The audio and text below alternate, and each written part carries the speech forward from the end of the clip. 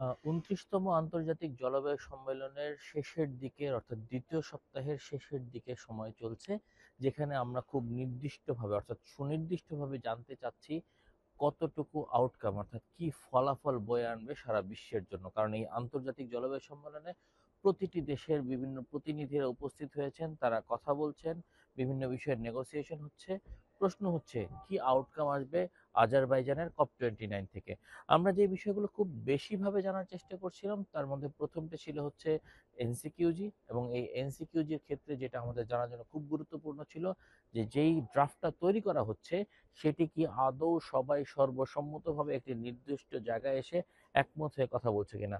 আজকের রাতটি খুব গুরুত্বপূর্ণ, কারণ এই রাতটির জন্য সবাই অপেক্ষা করছে, বোঝার চেষ্টা করছে যে আজকে যে 20 তারিখ, অর্থাৎ 20 নভেম্বর যেটি রয়েছে সেই দিন কি আসলে এটির ড্রাফট তৈরি হবে কিনা, এবং যদি হয় আলটিমেট আউটকামে আসলে সবাই দাঁড়াবে কিনা।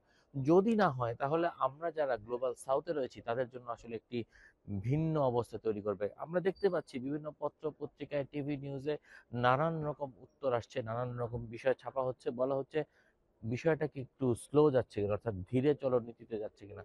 যদি ধীরে চলন নীতিতে যায় তাহলে এই COP29-এর যে আউটকাম সেখানে কিন্তু একটি বড় বাধা তৈরি হবে। এখানে নানান দেশের নানান ধরনের মতামত থাকতে পারে। প্রশ্ন হচ্ছে আমরা আসলে কোনটা চাই? এনসিকিউজি চাই, নাকি জিএসটি ফলো করতে চাই, অথবা আমরা আসলে অ্যাডাপ্টেশনের কোন অংশটা খুব ভালো মতো জানতে চাই? অভিযোজন অর্থায়নের বিষয়টি আমরা বাংলাদেশ কতটা সুনির্দিষ্টভাবে পেতে পারি, সেই মেকানিজমটা আমাদের জানা আছে কিনা, বোঝা যাচ্ছে কিনা, সেটি নিয়ে আমরা কথা বলতে চাই। খুব গুরুত্বপূর্ণ আরেকটি বিষয় হচ্ছে যে বলা হচ্ছে পলিউটার্স মাস্ট পে। প্রশ্ন হচ্ছে কোন কোন পলিউটার্স কতটুকু পে করবে তার কোনো ধারণা এখনো পর্যন্ত তৈরি হয়নি।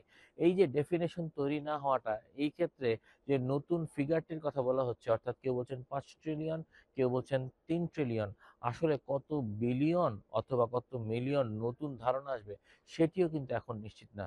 সুতরাং এই রাতটি আসলে অনেক চিন্তার বিষয়। এই রাতে নতুনভাবে আমাদের চিন্তা করতে হবে এইবারে COP29 কি আদৌ একটি ফলপ্রসূ জায়গায় আলোচনা হচ্ছে কিনা। রায়হান ফেরদাউস, বাকু, আজারবাইজান।